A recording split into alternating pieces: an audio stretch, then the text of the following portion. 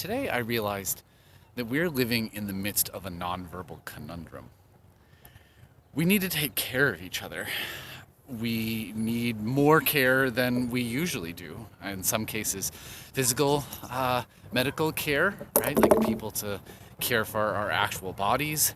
Um, or maybe it's like some kind of material support, food resources, or places to stay, or different kinds of material needs, and certainly also emotional, social, spiritual, psychological care as we live in extraordinarily deadly times, and things that we maybe knew are suddenly painfully obvious, and some things that we took for granted, it turns out, aren't always true.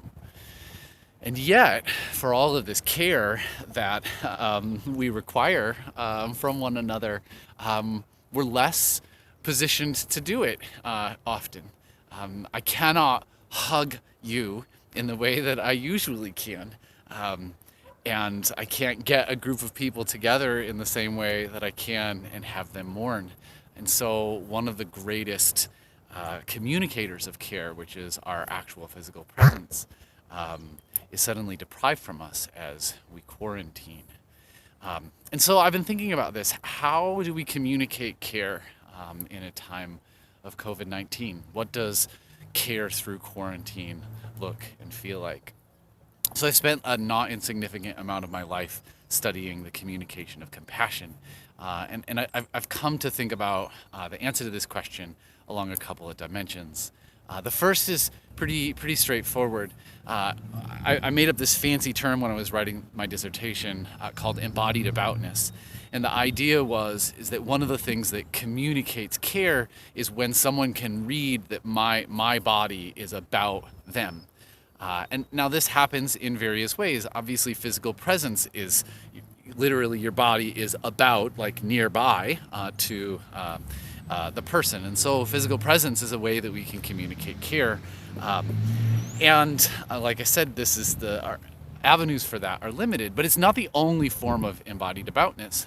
There's also a thing called immediacy, which is basically a communication phenomenon where we recognize that the other person is being incredibly responsive to us. And while there are nonverbal components to immediacy, there are also digital components to immediacy and relational components to immediacy. So, for instance, if you find yourself in the park and you walk by someone, you can't get as close to them as you used to be able to, but you can increase their perception of your immediacy by making more eye contact, nodding more, having more vocal fillers in pauses when they talk.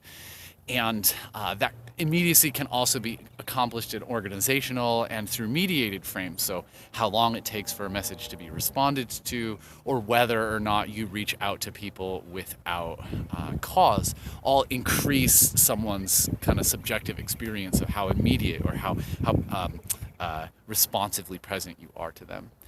Another form of embodied aboutness is acts of service. So when I do something for you, it often makes you, even though I might not be near to you or turn my body directly towards you, in the case of presence or immediacy, if I read your body as doing a thing of value for me, even though you might not be close to me, I might still feel cared for. And that's certainly a thing, acts of service. There's no shortage of those things. Reaching out to people, writing particularly thoughtful messages, making small things, even if you can't send them to another person, making small things and taking pictures of them and telling them that you were thinking about them while you were making it. Or, of course, going out into your community and finding the things that need to be done and doing them. I want to end with the caveat, though, that all compassion comes with the opportunity for it to go astray, and that you should always be mindful of how active compassion gets read based on the identity and the subject of the person that you're caring for. It's super easy to paternalize or infantilize or stigmatize people when we try to demonstrate care to each other. And so, like, the best tip with this is identifying what someone needs or wants with them is always a better idea than deciding for them. or acting against them. But also, I would say that destigmatizing care in times like this can be really powerful. So, if you're worried that somebody might have unsecure access to food or might be, not shopping because they're depressed, you can always drop off food on their front door and just text them and say, hey, I'm dropping food off at all my friends' front doors. If you don't need it, pass it on to somebody who does.